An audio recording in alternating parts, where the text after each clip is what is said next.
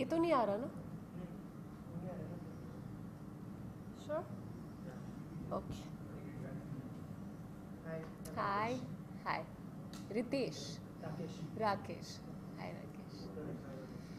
आपको सबसे देखना है ना? हाँ कैमरा या फिर कैमरा लुक दीजिए। कैमरा लुक दूँ? हाँ कैमरा या फिर मैं यहाँ पे खड़े हो जाऊँ तो चलेगा? हाँ better I think, because then I am interacting with someone ना। हाँ सबसे पहले तो टेक इट इजी क्या जी। है ये फिल्म कुछ बताइए। टेक इट इजी एक इमोशनल और एक मुद्दे पे बनी हुई फिल्म है जो एक एंटरटेनिंग तरीके से ऑडियंस के सामने पेश किया जा रहा है। बहुत सी ऐसी चीज़ें जो आजकल समाज में हो रहा है, स्पेशली बच्चों के ऊपर प्रेशर के बारे में, और पेरेंट्स के ऊपर जो अर्बन प्रेशर्स रहते हैं और वो किस तरह से बच्चों पर ट्रांसलेट होता है। और कभी कभी पेरेंट्स को पता भी नहीं चलता है, पेरेंट्स के हिसाब से वो बिल्कुल सही है कि वो अपने बच्चों के लिए एम्बिशियस हैं, बच्चों का भला चाहते हैं, लेकिन उनके सपने जो है वही क्या बच्चों के भी सपने हैं, क्योंकि बच्चे तो अभी इतने छोटे हैं कि उनके सपने बहुत सिंपल रहते हैं कि आज मैं स्कूल जाऊंगा और टिफ़िन बॉक्स में मुझे क्या मिलेगा, या मैं छुट्टी के बाद कौन से दोस्त के साथ आज प्ले डेट करूँगा या किसके साथ खेलूँगा। तो ऐसी एक दो दो जो डिफरेंट वर्ल्ड्स होती है, डिफरेंट यूनिवर्स, एक पेरेंट्स की और एक बच्चों की, उसमें थोड़ा सा क्लैश हो जाता है।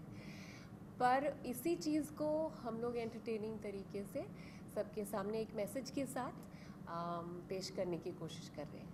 पहली बार आप माँ का किरदार निभाने वाले हो जी। तो कैसा एक्सपीरियंस था, कुछ हमारे साथ शेयर करना चाहेंगे? जी, पहले तो जब मेरे पास ये किरदार आया तो मैंने कहा अच्छा मुझे ये रोल ऑफर हो रहा है, तो मैंने उन लोगों से पूछा कि आपने क्यों सोचा मेरे बारे में, क्योंकि अभी तक मेरा इमेज अलग है, और मुझे बहुत खुशी थी कि ये रोल मेरे पास आया, क्योंकि मैं भी चाह रही थी कि कुछ अलग करूं। तो मुझे कहा गया कि मेरे परफॉर्मेंसेस देखे हैं तो उन्हें लगता है कि मैं ये किरदार भी उसी तरह अच्छी तरीके से निभा पाऊँगी। और मुझे पहले ऐसा लगा था कि चलो माँ का किरदार थोड़ा शायद चैलेंजिंग होगा, क्योंकि रियल लाइफ में मैं माँ नहीं हूँ, किड्स के साथ। पर मुझे बच्चे बहुत पसंद हैं, I love spending time with kids. तो first day on sets itself was so easy for me, and I got along so well with all the kids, especially my on-screen son, जो अजय का किरदार है। और तब से आई थिंक एक वो होता है ना कि हर औरत में there is one motherly instinct somewhere, तो आई थिंक एक पॉइंट के बाद वो बहुत ही खूबसूरत तरीके से सेटल हो गया। तो ऐसा कोई रिसर्च किया था आपने अपने किरदार को लेकर कि ऐसे प्ले करना है या ऐसे प्ले करना है? देखिए, आजकल जो जैसे मेरे मदर का किरदार है स्क्रीन पर, क्या होता है ना, सोसाइटी में जैसे मदर चेंज हो रही है वैसे स्क्रीन पर भी चेंज हो रही है। तो पुराने जैसे मदर्स दिखाते थे, माँ का किरदार होता था, एक टिपिकल सा होता था, वैसा नहीं है अब, और उस हिसाब से आपको भी एज एन एक्टर उसी हिसाब से सोचना है कि आज की मदर कैसी होंगी, चाहे मेरी नेबर हो, मेरी नेबर कैसी मदर है, या आज अगर मेरे फ्रेंड्स हैं वो कैसे रियल लाइफ में मदर्स हैं। आज की मदर्स ऐसा है कि फैमिली और बच्चे उनके लिए प्रायोरिटी है, वो हमेशा ही रहेगा, किसी भी माँ का रहेगा, लेकिन वो अपने बारे में भूल नहीं जाती है, वो अपना भी ख्याल रखती है। तो उतना और बिल्कुल अपने फैमिली के लिए और परिवार के लिए मर मिटने को तैयार है, लेकिन अपने बारे में भूल नहीं जाती है। ऐसा नहीं है कि अपना बिल्कुल ही ख्याल नहीं रखती है। आपकी बात करें तो आपके ऊपर ऐसा कभी प्रेशर आया था, मतलब जब भी आप छोटे थे तभी ऐसा कोई प्रेशर आया था आप पर माँ बाप का, अगर आप हमारे साथ शेयर करना चाहते हैं? एक्चुअली ऐसा होता है कभी कभी कि क्योंकि जैसे मैं कह रही हूँ पेरेंट्स आपके लिए भला चाहते हैं, तो क्या होता है ना कि मॉम कहती थी अच्छा कि उनका तो ये नंबर आया है, आपका भी आना चाहिए। पर हमारे घर में एक बैलेंस था, क्योंकि डैड कहते थे कोई बात नहीं, कोई बात नहीं, जो जब आएगा तब आ जाएगा नंबर, नहीं तो कुछ और कर लेगी, ऐसी क्या बात है। तो वो बैलेंस से मुझे बहुत हेल्प हुआ, मुझे और मेरी सिस्टर को, क्योंकि ये हमेशा इनकरेजमेंट रहा हमारे घर में कि एट दी एंड इनको, इनके जो ड्रीम्स हैं, इनको जो करना है वो करेंगी और उनको करना चाहिए। एजुकेशन बहुत ज़रूरी है, पर एजुकेशन, सही मायने में एजुकेशन क्या होता है, सिर्फ नंबर लाना नहीं होता। संस्कार होते हैं, आपने समाज के बारे में क्या सीखा, समझा, I you nice to your neighbour, I you nice to your friends, ये सारी चीज़ें लोग बहुत बारी भूल जाते हैं कि ये कितने एक्चुअली एजुकेशन में ये कितना ज़रूरी है, नंबर लाने से ज़्यादा ज़रूरी है। तो these are the things I grew up learning, so that really helps and helped me to become who I am, I think today, और जो चोज़न प्रोफेशन है मेरा। और इस फिल्म में भी यही कहने की कोशिश की गई है कि एजुकेशन सही मायने में क्या है। इससे पहले भी काफ़ी चाइल्ड पर फिल्में बन चुकी है, जैसे कि चिल्लर पार्टी कहे या फिर तारे ज़मीन पर कहे, जी, जो कि ऐसे ही सब्जेक्ट पर बनाई गई थी, तो इससे कुछ इंस्पिरेशन लिया गया है? एक्चुअली आई थिंक ये बच्चों की फिल्में थी, तो आई थिंक कंपैरिजन जाहिर सी बात है, लेकिन हमारा जो मुद्दा है, जो जिसे कहते हैं ना पॉइंट ऑफ व्यू या जो अप्रोच है, ये बिल्कुल एक नया अप्रोच है। ये हम लोग सब सारा कुछ एम्बॉडी करने की कोशिश करें कि स्कूल बिगिंस एट होम, ये कभी एड्रेस नहीं किया गया है। स्कूल बिगिंस एट होम, और जैसे मैंने कहा एजुकेशन सिर्फ नंबर लाना नहीं होता, प्लस जैसे मैंने कहा कि पेरेंट्स के ऊपर प्रेशर प्लस बच्चों के ऊपर प्रेशर, ये दो वर्ल्ड्स का क्लैश। मुझे नहीं लगता ये पहले कभी भी इस मुद्दे पर कभी भी बनाई गई है फिल्म, और मुझे नहीं लगता कि ये एड्रेस की, जिस तरह से हमने एड्रेस किया है, मुझे नहीं लगता अभी तक इस मुद्दे को एड्रेस किया गया है, वो भी एंटरटेनिंग तरीके से। आखिर में जानना चाहूँगा, अपनी ऑडियंस से क्या कहना चाहेंगे, और जो माएँ आपको देख रही है उनके लिए क्या कहना चाहेंगे? आई थिंक सबसे पहले तो मेरा न्यू ईयर रेजोल्यूशन है, और सारी माओं का और सबका होना चाहिए, टेक इट इजी फॉर 2015। और ये फिल्म जाइए, देखिए, पूरे परिवार के साथ, आपको बहुत मज़ा आएगा। और just love your children, that's all they need actually. एक न्यू ईयर विश हो जाए लास्ट ऑडियंस। या Hi, this is Dipanita Sharma, and I wish you a very, very happy New Year. Thank you so much. Thank you.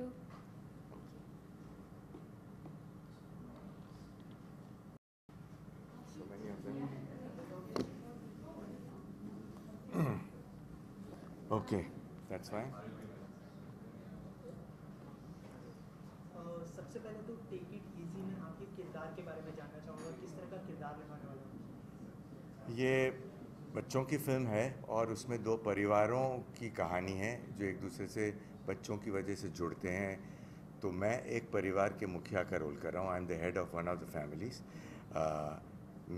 मेरा पोता है जो school में पढ़ता है, तो मेरा बेटा है जॉय सेनगुप्ता जो रोल कर रहे हैं, मेरी बहू है जो दीपानिता रोल कर रही हैं, और उनका जो बेटा है यानी कि मेरा पोता, वो जो स्कूल में पढ़ता है, और उसकी और दूसरे परिवार के बच्चे के साथ जो कुछ घटता है और उसकी वजह से हमारे परिवार में जो घटता है, वो कहानी है इस फिल्म की। तो मैं एक परिवार के हेड ऑफ द फैमिली का रोल कर रहा हूँ। अच्छा, फिल्म में काफ़ी चिल्ड्रंस है, तो उनके साथ आपका ट्यूनिंग कैसा था, किस तरह से सेट पे? अच्छा रहता था। हमारे जो सीन्स थे, जो पोता बना है उसके साथ थे ज़्यादातर, क्योंकि कहानी हमारी फैमिली की थी। बहुत सारे बच्चे हैं, हर एक बच्चे के साथ अच्छा रहा, पर हर एक बच्चे के साथ हमारे सीन्स नहीं होते थे, क्योंकि हमारा पोता है उसको लेकर जो कहानी बनती थी उसके साथ जुड़ा होता था। तो जो पोता हमारा बना है उसके साथ तो बहुत अच्छे से सीन्स हुए हैं, आप लोग देखेंगे, बहुत मज़ा आया उसके साथ काम करने में। दूसरे बच्चों ने भी बहुत अच्छा काम किया है, बड़े एंथुजियाज्म के साथ काम किया है, और इसीलिए एक सशक्त फिल्म बन पाई है। जी, फिल्म का मुद्दा जो है काफ़ी स्ट्रॉन्ग है, बच्चों के ऊपर जो पीयर प्रेशर डाला जाता है उसके ऊपर है। तो कई बार ऐसा भी होता है कि बच्चे इस पीयर प्रेशर में सुसाइड ऐसा कुछ करते हैं, तो उनके लिए क्या कहना चाहेंगे आप, और इस फिल्म से आप क्या मैसेज देना चाहेंगे? मतलब वही जैसे आपने कहा, बड़ा रेलेवेंट इशू है पीयर प्रेशर का, जो बच्चों में एक नेगेटिवली कॉम्पिटिटिवनेस जो आ जाती है, और उसमें माँ बाप भी दोषी हैं कि वो इतना प्रेशर बच्चों पे डालते हैं ये करने के लिए, उनको उतनी फ्रीडम नहीं देते। वो इस कहानी का मुद्दा है। और अपने समाज में ये सारी चीज़ें होती रहती हैं जिसकी वजह से सुइसाइड्स ये वो सारे होता है। और हम इस फिल्म के ज़रिए यही कहना चाहिए कि टेक इट ईजी, जो इस फिल्म का टाइटल है, इतना बच्चों पे प्रेशर मत डालें, उनको आप गाइड करें, अच्छे संस्कार दें, मगर ऐसा प्रेशर मत डालें, इतना उनको बांध मत दें कि वो बेचारे ऐसे घबरा जाएं। उनको एक फ्रीडम दीजिए ताकि धीरे धीरे अपने आप को, अपनी इंडिविजुअलिटी को डिस्कवर करेंगे और उसमें जो मन से काम करेंगे वो ज़रूर सक्सेसफुल रहेंगे जीवन में। इससे पहले आपने काफ़ी अच्छे अच्छे किरदार निभाए हैं, तो ये किरदार में ऐसी क्या खास बात थी कि आपने इस किरदार को एक्सेप्ट किया? नंबर वन, हमारी फिल्म का हीरो ही स्क्रिप्ट है। जब मुझे स्क्रिप्ट मैंने पढ़ा, जब मुझे बताया सुनील जी ने, तो स्क्रिप्ट पर मैं बिल्कुल ही प्रभावित हो गया। और बहुत अच्छी कहानी है इसमें, और that is the reason which why I accepted this role. और रोल अपने आप में बहुत अच्छा है क्योंकि कई शेड्स मुझे परफॉर्म करने को मिलते हैं, और ये टॉपिक जो हमने चुना है, जो फिल्म ने चुना है, वो भी बहुत रेलेवेंट है। ये 2-3 वजह हैं जिसकी वजह से मैंने ये फिल्म एक्सेप्ट की। अच्छा, सुनील जी की बात करें तो उनके साथ कैसा था आपका ट्यूनिंग, जैसे कि पहली बार आपके साथ? हाँ, बहुत अच्छी ट्यूनिंग रही हमारी, और हम अब दोस्त हो गए, बड़े अच्छे से उन्होंने गाइड किया। और उनकी अपनी पहली फिल्म है, ये दिखता नहीं है, बड़ी मैच्योर लेवल पर डायरेक्शन किए और हम सबको बड़े अच्छे से डायरेक्ट किया है, गाइड किया है।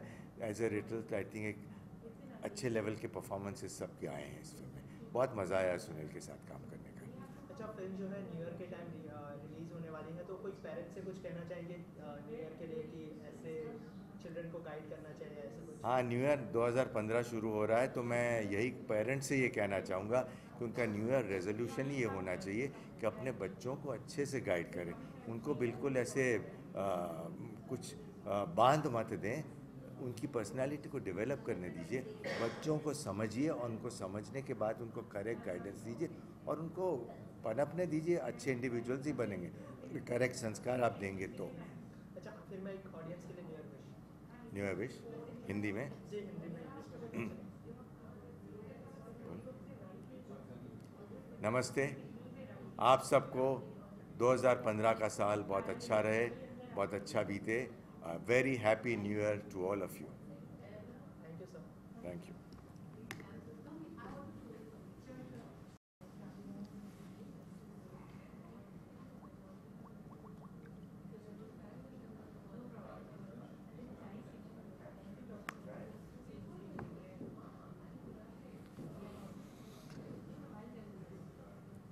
सबसे पहले तो स्क्रिप्ट की काफ़ी तारीफ हो रही है यहाँ पर, तो आप कैप्टन ऑफ द शिप है, तो आपसे जानना चाहूँगा कि कैसे आया जहन में कि ऐसे कोई मुद्दे पर बनाना चाहिए आपको?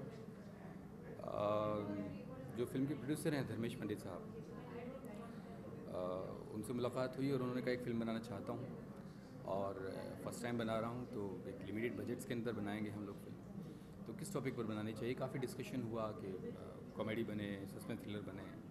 फिर उन्होंने कहा कि कंपटीशन आजकल बहुत ज़्यादा है और बच्चों पर इस वजह से प्रेशर बहुत होता है, क्या इस टॉपिक पर कोई फिल्म बन सकती है? तो फर्स्ट रिएक्शन मेरी ये थी कि तारे ज़मीं पे, 3 इडियट्स जैसी बहुत कामयाब और बहुत बेहतरीन फिल्में इस पे बन चुकी हैं, तो as a first time producer it's a bit difficult to stand with the similar subject. और बात आई गई हो गई, फिर मैं जाके सो गया और सोते वक्त मैंने सोचा अच्छा अगर डाकुओं पर शोले बन चुकी है तो कोई डाकू पर फिल्म नहीं बनाएगा क्या? मेरा गांव मेरा देश या और कोई फिल्में नहीं बनेंगी? तो ये अपने आप से मैंने चैलेंज लिया कि अगर थीम द जॉनर अगर सिमिलर है तो क्या हम डिफरेंट स्टोरी या बिल्कुल डिफरेंट ढंग से फिल्म को प्रेजेंट कर सकते हैं एट द सेम टाइम। तो स्टोरी की डेवलपमेंट शुरू की और फिर फॉर्चुनेटली कुछ इस तरह के आइडियाज़ जहन में आते गए और फिर हम लोगों ने पहले रिसर्च वर्क किया, काफ़ी इंटरव्यूज़ लिए, अलग अलग स्कूल्स में हम गए, पेरेंट्स, टीचर्स, प्रिंसिपल, किड्स सभी के इंटरव्यूज़ लिए और ऐसी सरप्राइजिंग चीज़ें मेरे सामने आई कि मुझे लगा कि ये तो बहुत ज़्यादा अलार्मिंग है, ये तो हर घर में कहानी है, कहीं कम लेवल पर, कहीं बहुत ज़्यादा लेवल पर। तो इस पर तो डेफिनेटली फिल्म बननी ही चाहिए और एक स्ट्रक्चर करना चाहिए इसको इस रिसर्च के ज़रिए। तो स्ट्रक्चर हो गया and then I narrated and everybody loved the script और फिर डिसाइड किया गया फ्लोर पर जाए। तो this is how so essentially क्योंकि मैंने खुद ही तारे ज़मीं पे और थ्री इडियट्स की बात की, डेफिनेटली वो फिल्म्स बहुत बेहतरीन वर्क हैं, वन ऑफ माई फेवरेट्स हैं। लेकिन हमारी फिल्म टेकी टीजी उन फिल्मों से, दोनों फिल्मों से बिल्कुल डिफरेंट लेवल पर खड़ी हुई है इन टर्म्स ऑफ स्टोरी और style of telling, style of story telling. Definitely genre is similar कि हम बच्चे पर प्रेशर ना दें। जॉनर इज़ सिमिलर के कि अगर हम एक बच्चे को दूसरे से कंपेयर करेंगे तो ये वाजिब सी बात है कि एक सुपीरियरिटी कॉम्प्लेक्स में जाएगा जो कामयाब है, और जो नहीं है या कम कामयाब है वो इन्फिनिटी कॉम्प्लेक्स में जाएगा। तो आउट ऑफ सुपीरियरिटी इन्फिनिटी दो जेन्युइन इनोसेंट माइंड्स के अंदर जेलस भाव आएगा, और वो कहीं ना कहीं हेल्दी नहीं है साइकोलॉजिकल अपब्रिंगिंग के लिए बच्चे की। सो दिस इज़ हाउ इसको किस रंग से इलेबरेट कर सकते हैं हम एंटरटेनिंग फॉर्म में। दिस वाज अ क्वेश्चन, क्योंकि ये बड़ा ही सेंसिटिव टॉपिक है, और इसके ऊपर हम अक्सर न्यूज़पेपर में आर्टिकल्स देखते हैं, इस पर हम अक्सर डिबेट्स देखते हैं टीवी चैनल्स के ऊपर। सो डेफिनेटली बहुत सेंसिटिव टॉपिक है, उसको अगर हम कमर्शियल ढंग से कहना चाहें फॉर द ऑडियंस तो बहुत ही डिटेल्स में काम करना ज़रूरी है। That is how research work was involve, और fortunately we could form whatever we aimed at, and then I was lucky to have great team, good producer and very good actors, all belong to theatre, क्योंकि मेरा भी background theatre से रहा है, तो वो एक कनेक्ट करना बहुत इजी था। और बच्चों के साथ मैंने काफ़ी काम किया, थिएटर में भी किया हुआ है, तो बच्चे भी कंफर्टेबल जोन में थे। थोड़ा सा एक जॉब है बच्चों के साथ डेफिनेटली काम करना, लेकिन kids are too good in the film. I mean ये चीज़ अभी मैं रिलीज़ 2 जनवरी को है, उससे एक हफ़्ता पहले बोल रहा हूँ, लेकिन 2 जनवरी को ये बात सामने आ जाएगी कि kids are too good in the film. They all of them have worked really well. अच्छा, जैसे आपने स्टार कास्ट की बात की, काफ़ी अच्छी स्टार कास्ट है, तो फाइनल कैसे हुई? जैसे कि दीपान्विता पहली बार माँ का किरदार निभाने वाले, तो वो आपने कैसे सोचा कि दीपान्विता के लिए और जो मेन किरदार है उनके? Casting for any film is so important, so important. I'm a lucky man that way. I'm blessed to have all good actors and all suitable actors. जितने भी बच्चों के फेसेस हैं वो मैंने जब लिखते वक्त इमेजिन किए थे लगभग वैसे हैं। मेच्योर एक्टर्स के भी फेसेस या उनके परफॉर्मेंस का स्टाइल है, इंक्लूडिंग विक्रम गोखले साहब, इंक्लूडिंग आनंद भाई, इंक्लूडिंग जॉय सेन गुप्ता और सुलभा आर्या जी और Raj Suchi. I am sorry if I am forgetting some names, लेकिन सभी के सभी उम्दा कलाकार हैं, और ऑडियंस की एक्सेप्टेंस बहुत अच्छी है उनके साथ। This is the best part. Vikram Gokhale साहब को स्क्रीन पर देखकर आपकी एक्सेप्टेंस बहुत अच्छी है, तो कास्टिंग के वक्त एक्सेप्टेंस नंबर 1। सेकेंडरी कि कैरेक्टर की शेड्स क्या हैं, वो उनकी अपने पर्सोना के साथ या जिस रूप में लोगों ने देखा है उसके साथ कैसी जाती हैं, उस पर ध्यान दिया गया। You talked about Dipanwita. अब Dipanwita definitely doesn't carry the image of a homely mother, Indian homely mother in front of all the audience. Sometimes I belong to theatre. We go in contrast. हम कभी 25 साल के बच्चे को 62 years old गाय का character दे देते हैं, और उस कॉन्ट्रास्ट में समटाइम्स मैजिक हैपन्स। सो जो इमेज दीपान्विता कैरी नहीं कर रही है उसके कॉन्ट्रास्ट में जाने से भी हेल्प होती है। And this is how I thought about it कि क्या वो उस इमेज के साथ मैच होगी। तो कॉस्ट्यूम्स के ऊपर वैसे ही काम करना, उनकी रिफ्लेक्सेस पर वैसे ही काम करना, उनका हेयर पे वैसे ही काम करना, उन डिटेल्स के अंदर हम गए। And she could carry it well, she is a good actor. क्योंकि इस रूप में आपने कभी देखा नहीं है उनको, हमेशा ही कॉर्पोरेट लुक या ग्लैमरस लुक में देखा है। तो ये लुक डेफिनेटली एक नई लुक होगी ऑडियंस के सामने प्रेजेंट करने के लिए, और उसमें कितने सक्सेसफुल हैं वो 2 जनवरी को पता चल जाएगा। Definitely she has delivered so well. All the actors have really done a good job. I'm a lucky man that way. I'm repeating myself. I'm a blessed person that way to have all good actors, and to accumulate all of them. I'm thankful to the producer Dharmesh Pandit. और peer pressure की बात करें तो peer pressure में बच्चे गलत कदम उठा लेते हैं, तो उनके लिए क्या मैसेज देना चाहेंगे आप ऑडियंस? वैसे जो मैसेज है वो हमने डेफिनेटली फिल्म में कहा है, और I can't reveal the story of course.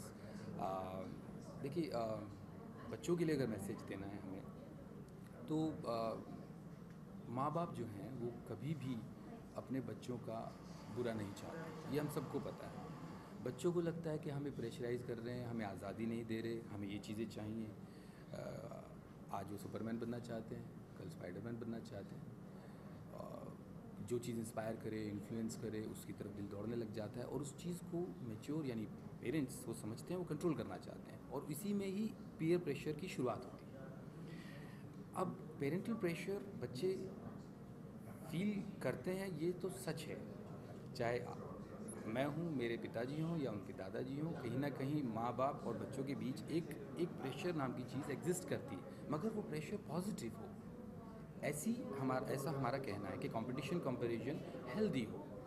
Now बच्चों को मुझे लगता है अपने माँ बाप से और प्यार करना चाहिए, और अगर किसी तरह का प्रेशर फील करते हैं तो सबसे पहले अपने माँ बाप से बात करनी चाहिए, instead of talking to your friends, instead of talking to outsiders.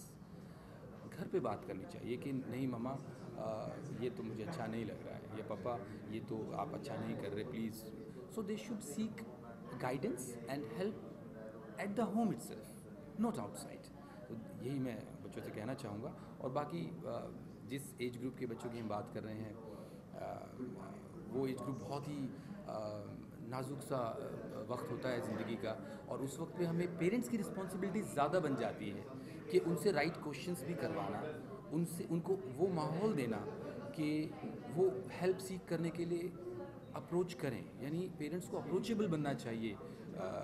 ऐसा हमारा मानना है, जो फिल्म में भी हम कह रहे हैं। ये चीज़ बहुत ज़रूरी है, वरना जिस तरीके से डिजिटाइजेशन हो रहा है, जिस तरह से मशीनीकरण हो रहा है चीज़ों का, Charlie Chaplin said, you know, when there will be time that emotions will be less and machines will be more, and it is happening. We are, you know, हम मशीन में, बच्चे भी आजकल ज़्यादा टाइम मशीन के साथ ज़्यादा spend कर रहे हैं बनिस्बत के इंसानों के। तो ये इन सब चीज़ों के माहौल में, जिसको हम नहीं चेंज कर सकते, उस प्रोग्रेस को, उस आधुनिकीकरण को हम नहीं चेंज कर सकते, तो उस सारे माहौल के अंदर कैसे पेरेंट्स को वो माहौल क्रिएट करना होगा कि बच्चे they approach parents for guideline, for no seeking help. तो वो अप्रोचेबल बनना पेरेंट्स के लिए ज़्यादा ज़रूरी है, ऐसा मेरा मानना है। अच्छा, आखिर में एक न्यू ईयर विश ऑडियंस को। Hi, I'm Sunil Prem Vyas, and wish all the lovely audience a very, very happy New Year. Thank you so much. Thank you.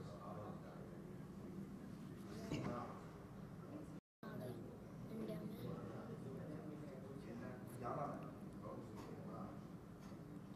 जबरदस्त है सब में। सबसे पहले तो आप दोनों के किरदार के बारे में जानना चाहूँगा, कैसा किरदार निभाने वाला हो? हम लोग मेरा नाम मेरा नाम मूवी में दिखाया अजय और इसका नाम लिखा है रघु। तो हमारा किरदार है कि ये अमीर है और मैं गरीब हूँ, ऐसा दिखाया। तो आपको कुछ सिखाया गया था पहले, डायरेक्टर ने कुछ सिखाया था आपको कि कैसे हाँ, प्ले करना है, ऐसा कुछ? वर्कशॉप रहते थे हमारे। वर्कशॉप में हमें सिखाया था कि आप लोगों का क्या सीन रहेगा, आप लोग कैसे, कौन से फैमिली, क्या नाम रहेगा, वो सब। अच्छा, दीपान्विता जी के साथ काम करने का एक्सपीरियंस कैसा था आप लोगों का? बहुत ज़्यादा अच्छा। अच्छा, सेट पे कैसे ट्रीट करते थे आपको? शेयर करना चाहिए। मस्ती मस्ती। अच्छा, कितनी मस्ती करते थे और किस तरह से मस्ती करते थे, बताइए। मस्ती मतलब कोई भी चीज़ मिले उसके साथ शैतानी। एक बार तो हमने कुछ तोड़ भी दिया था। हाँ, अच्छा, तोड़ दिया तो डायरेक्टर जी ने कुछ चिल्लाया था आपको या? नहीं, उस नहीं, आधा आधा। थोड़ा चला। अच्छा, तो इसके अलावा क्या कुछ फिल्म में होगा, ये बताइए। फिल्म में ऐसा बताया कि हम दोनों बच्चों को पे बच्चों पे प्रेशर डाल रहे हैं ना मम्मी पापा, उसके बारे में फिल्म बना है। अच्छा, तो आपके ऊपर कभी ऐसा प्रेशर डाला है आपकी? नहीं, नहीं, हम नहीं। नहीं डालेंगे। Okay, thank you so much.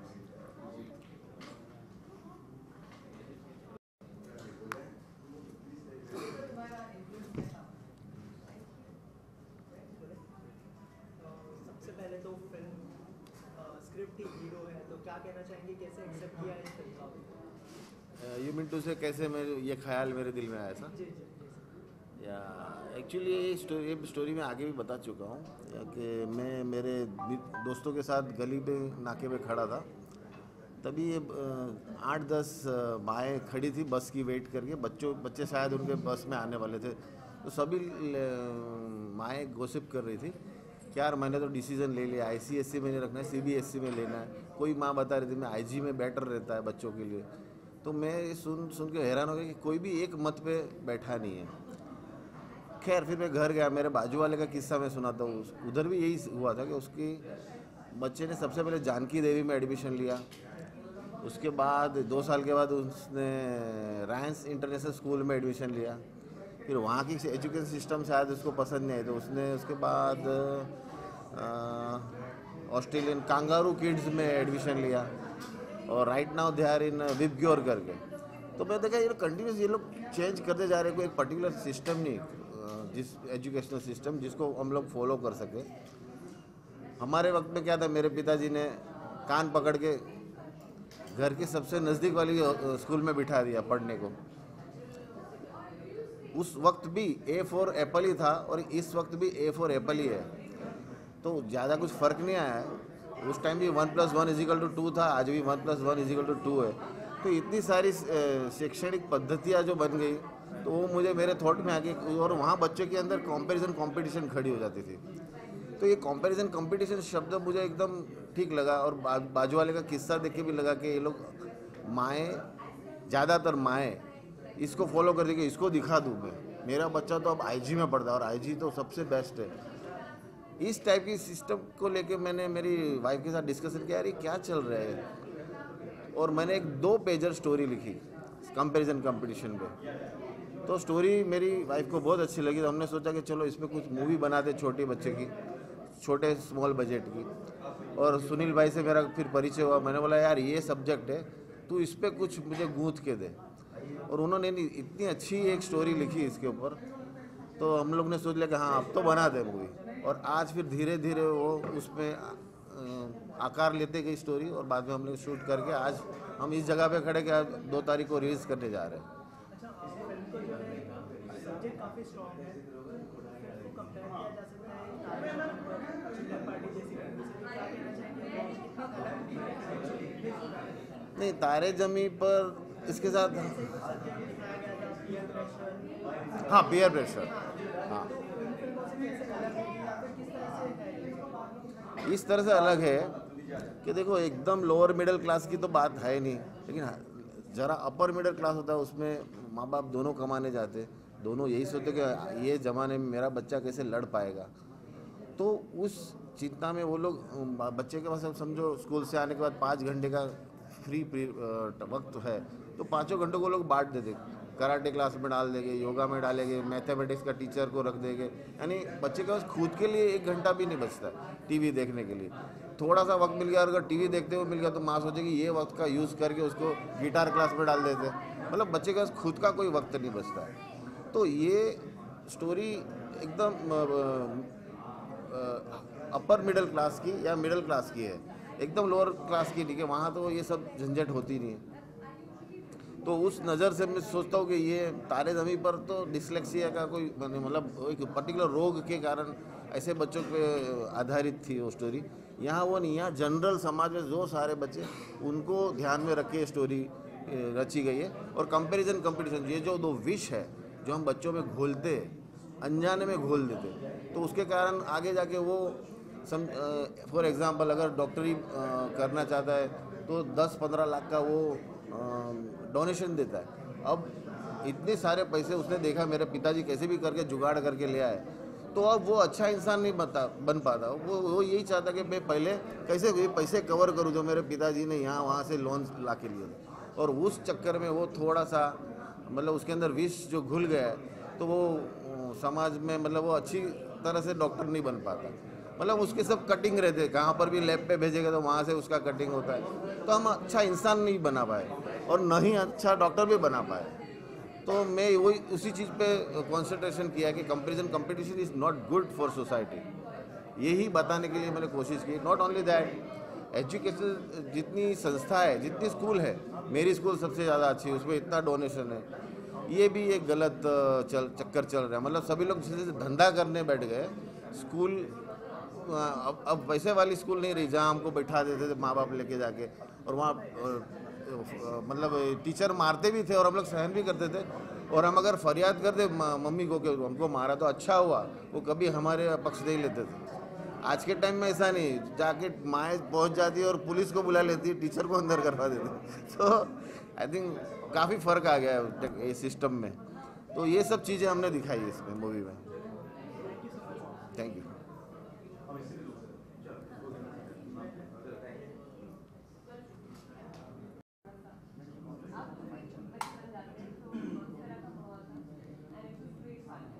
Glare तो नहीं आ रही मेरे चश्मे की चश्मे की ग्लेयर मेरे हमेशा आती है।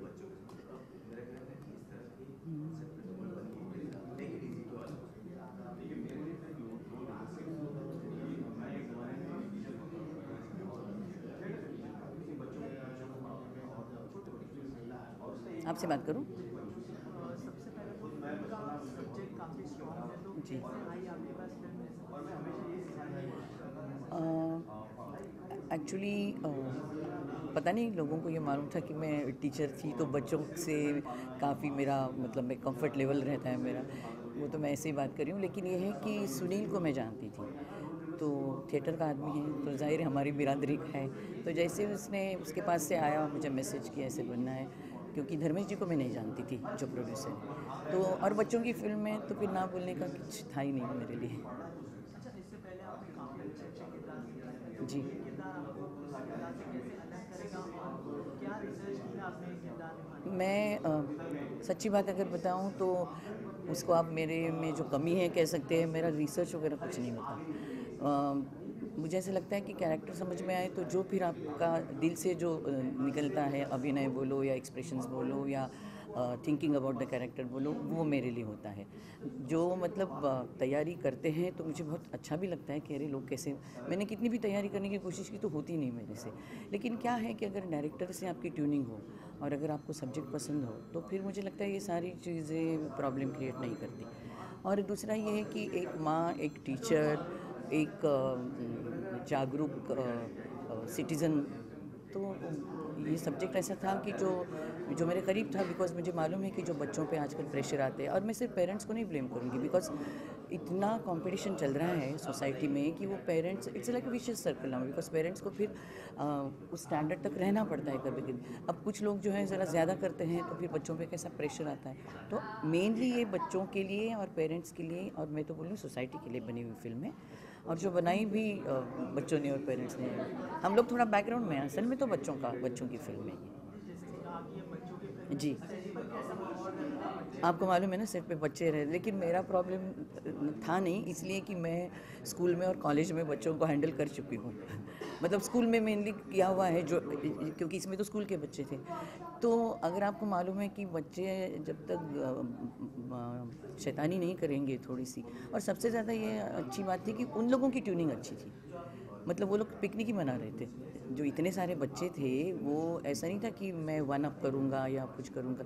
मुझे लगता है उसका क्रेडिट सुनील को जाता है, हमारे डायरेक्टर को जाता है, कि बच्चों के साथ इतना पेशेंटली काम करना और उनसे अच्छा काम निकलवाना, और वो ऐसा कि वो आर्टिफिशियल ना लगे। तो मुझे लगता है कि वो उसने बहुत अच्छी तरह से वो कर लिया सुनील ने, और मज़ा आ रहा था, क्योंकि बच्चे बच्चों की तरह बिहेव करेंगे तो ही वो, नहीं तो फिल्म में आर्टिफिशियल एक्टिंग करेंगे ना, अगर रियल एक्टिंग नहीं करेंगे। मैं सिर्फ ये कहना चाहूँगी कि फ़िल्म देखो, और ये नहीं कि कोई प्रीचिंग कर रहे हैं हम लोग या कुछ कर रहे हैं। देख के आपको ऐसा लगेगा कि आपकी अपनी फ़िल्म है, और आपको थोड़ा सा सोचने के लिए ये मजबूर करेगी फ़िल्म, और फिर हो सकता है कि आपके एटीट्यूड में जो पेरेंट्स है या जो बाकी मेंबर्स है सोसाइटी के, थोड़ा सा बदलाव आ जाएगा, जिसके मैं वो करती हूँ। Thank you so much. Thank you.